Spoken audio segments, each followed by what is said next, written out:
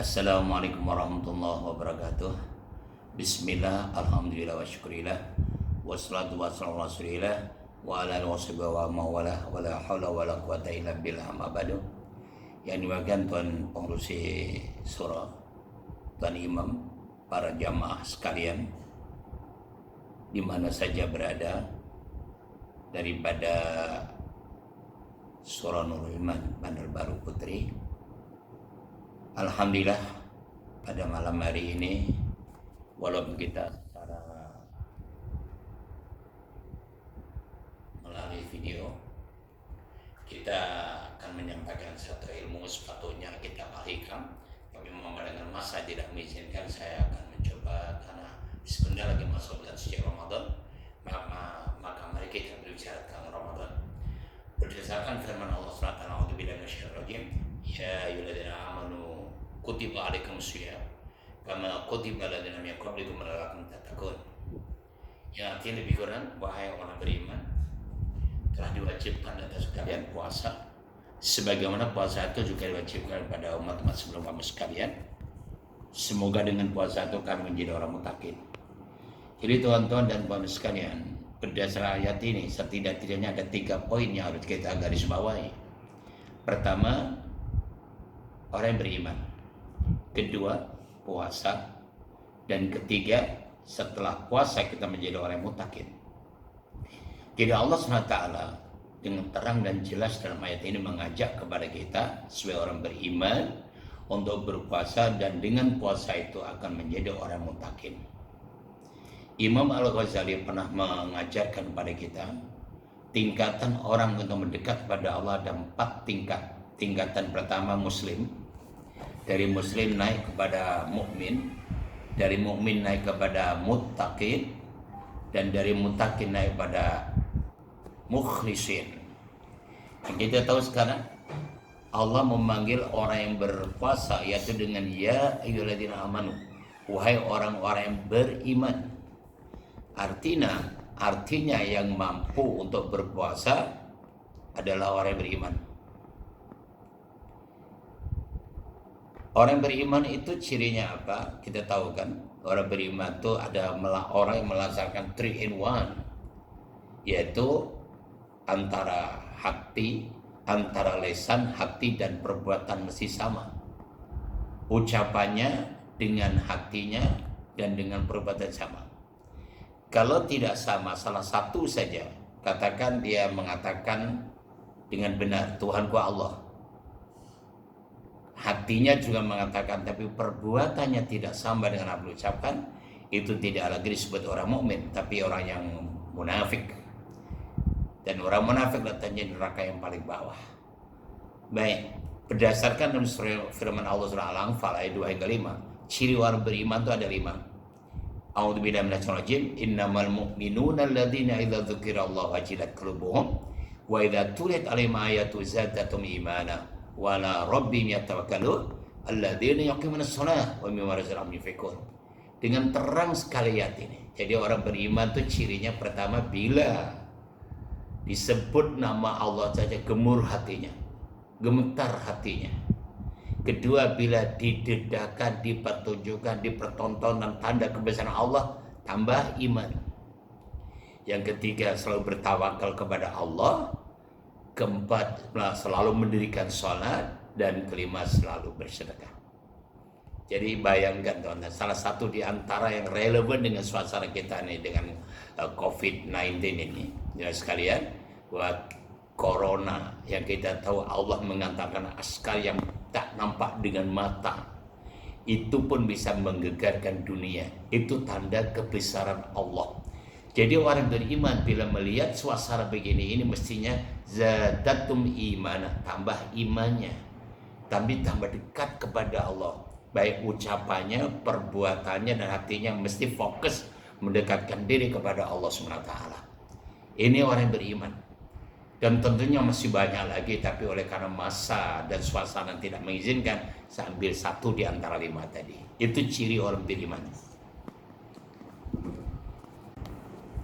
Baik tuan-tuan dan puan-puan yang dimuliakan Allah SWT, sekali lagi, orang-orang mutakin itu cirinya ada 5. Pertama, memilih perjuangan atau pengorbanan daripada kenikmatan hidup di dunia.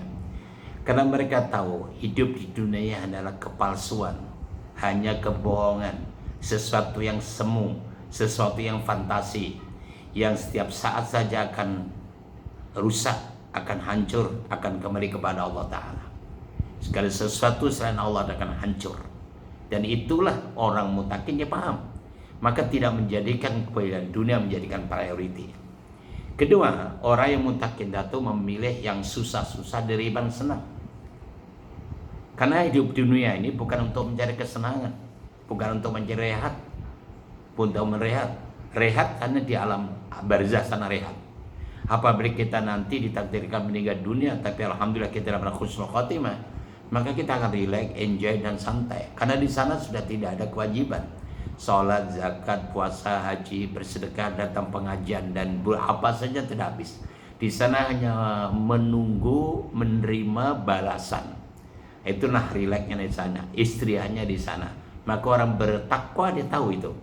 Maka dari itu dia suka memilih yang susah-susah. Ya seperti tuan-tuan ini sepatutnya ada di masjid di surah, tapi sekarang oleh karena itu ikut arahan daripada pihak yang berkuasa, ya kita memang sedih rasanya. Tapi kita ambil hikmahnya saja, kita bersama keluarga berjamaah di rumah, mengaji bersama dan sebagainya. Oke, yang ketiga, orang yang mutakin adalah ikhtiarus sukut al-fudul, memilih diam daripada banyak bicara. Ini kadang-kadang teka COVID-19 ini banyak menjadi dokter, banyak menjadi bomoda, menjadi peramal, banyak menjadi ini dan sebagainya. Semua mengatakan ini dan sebagainya. Sebegitu takutnya macam-macam dan dimakan dan sebagainya. Padahal satu aja sebenarnya. Ayo, segala sesuatu datang dari Allah, mari kita kembalikan kepada Allah. Sama-sama mendekat kepada Allah dengan berbagai macam cara ibadah, terutama di bulan suci Ramadan ini. Yang keempat, ikhtiarul dzilli alal izzi. Orang yang bertakwa, orang yang mutakin, orang yang tidak duga atau yang memilih merendahkan diri daripada membanggakan diri.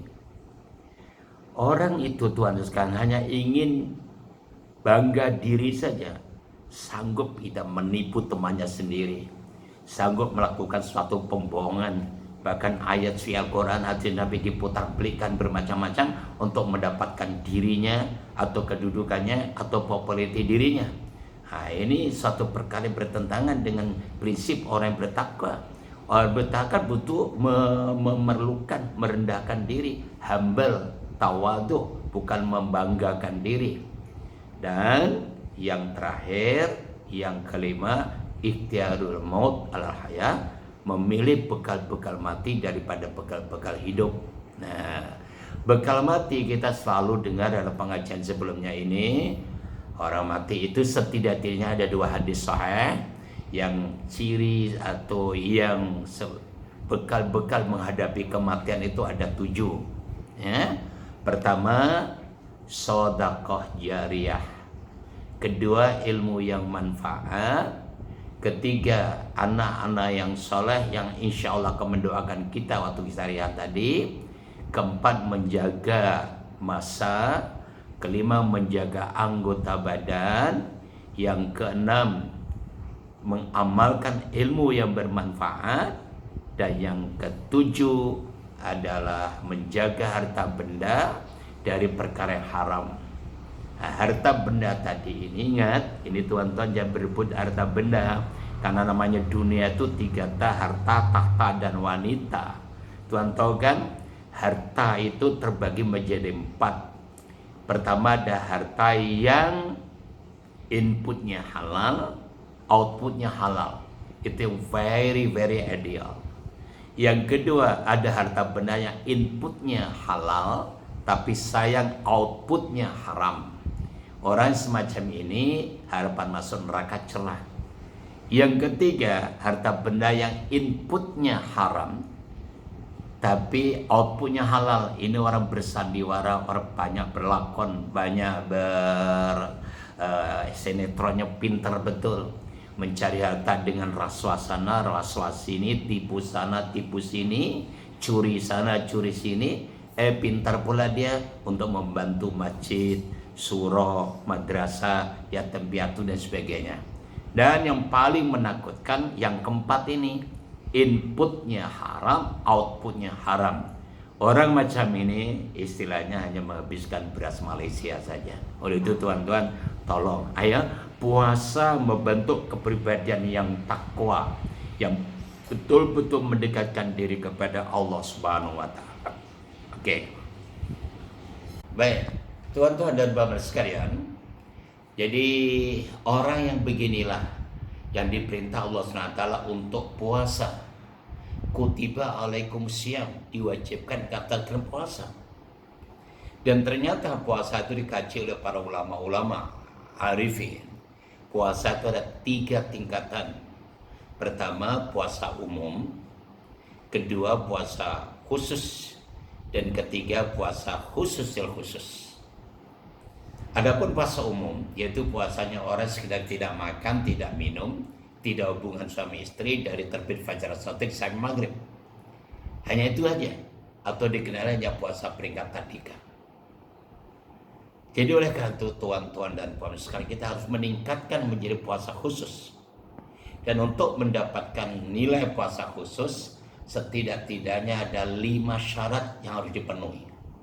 Yaitu di samping tidak makan tidak minum tadi, syarat pertama dia masuk harus menjaga 5 perkara. Pertama, yang puasa lisan jika ikut puasa, mata ikut puasa, yang ketiga telinga, yang keempat anggota badan, dan yang kelima menjaga perut, jangan terlalu kenyang pada waktu berbuka. Oleh itu tuan sekalian, di antara 5 ini coba yang terakhir itu menjaga perut. Mari kita dalam puasa ini jangan hanya mau melakukan pesta. Kemungkinan bulan puasa ini kita memang agak kurang ada bazar-bazar itu karena memadang COVID-19 ini. Maka tuan sekalian juga ini latihan yang luar biasa. Kita latih untuk menjaga puasa kita, tentuan tentang makanan ini. Ada aturannya dibuat oleh Rasulullah SAW. Nabi sendiri kalau berbuka atau makan itu dalam perut itu ada usus, di mana usus itu ada 3 ruang yang disediakan, sepertiga untuk makan, sepertiga untuk minum, sepertiga untuk bernafas. Jadi tolong tuan-tuan beri hak untuk bernafas, jangan tentang kromo aja, maka minum seenaknya sendiri, akhirnya menjadi susah untuk ibadah. Adapun puasa khusus, itu puasanya para waliullah, orang yang dekat pada Allah Ta'ala. Di samping syarat pertama di kedua tadi, dia 1 saat saja tidak ingat kepada Allah Ta'ala, dia nggak batal. Ini puasa khusus yang tentunya bukan makom kita. Kita terus terang saja, kita masuklah setidak-tidaknya usaha untuk mencapai puasa khusus. Itu pun harus melatih diri dan keluarga kita untuk memenuhi kehendak dari puasa itu. Ini yang kedua. Yang ketiga yaitu takwa. Dengan adanya orang beriman yang diperintah oleh Allah menjadi orang muttaqin. Itu tingkat tadi di awal saya ingatkan, orang muslim, mukmin, baru muttaqin dan mukhlisin. Jadi orang beriman kalau dengan adanya puasa akan naik kepada peringkat yang ketiga yaitu muttaqin. Muttaqin atau orang takwa adalah selalu disebutkan wa may yattaqilla yaj'al makhraja wa yarzuqhu min haitsu la yahtasib. Siapa yang takwa kepada Allah akan diberi rezeki akan diberi jalan keluar dan rezeki yang tanpa disangka-sangka. Tapi syarat takwa.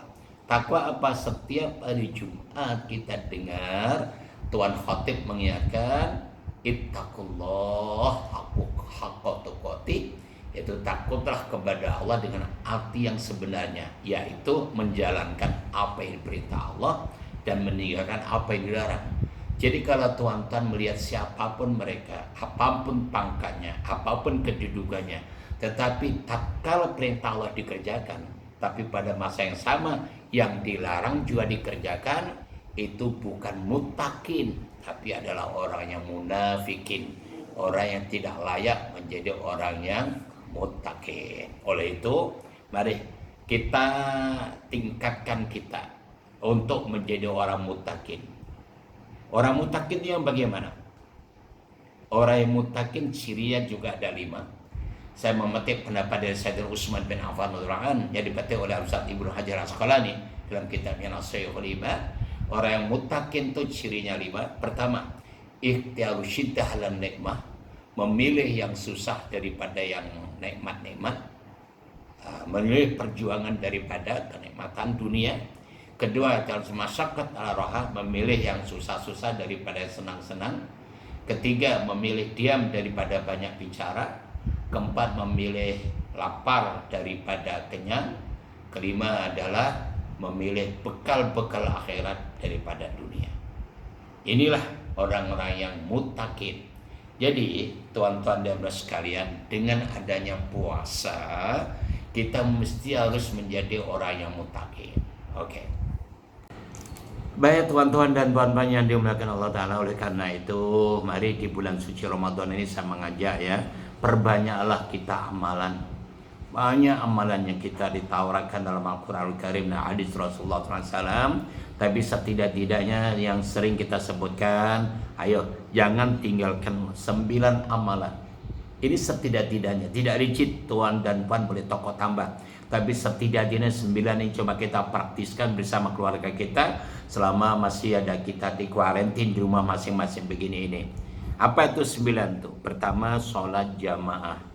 Pastikan semua keluarga sholat berjamaah. Kedua, sholat sunnah. Ketiga, pertama baca Al-Quranul Karim. Keempat, zikrullah. Kelima, sholawat atas Nabi Muhammad SAW. Yang keenam, memperbanyak istighfar.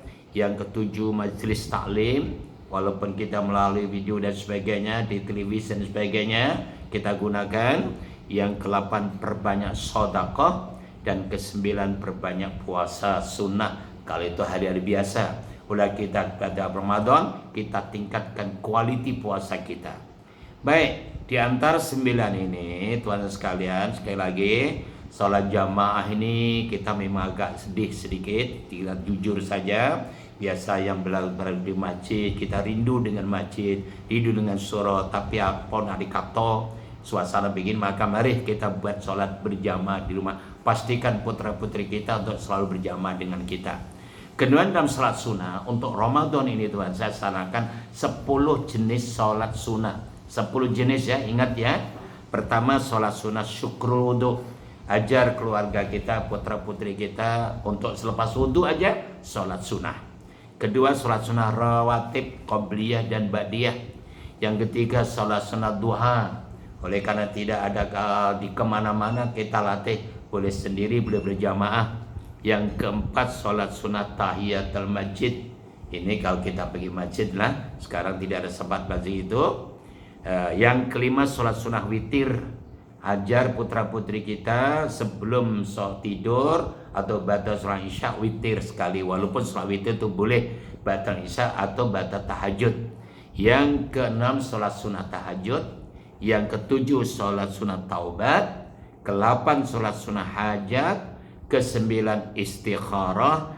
Dan yang ke-10 adalah sunnah tasbih. Jadi sepanjang Ramadan saya sarankan kepada diri saya juga tuan sekalian, tasbih itu jadikan hari-hari. Sembilan tasbih pilihlah karena bebas masanya. Artinya boleh pagi, boleh petang, boleh siang, boleh malam.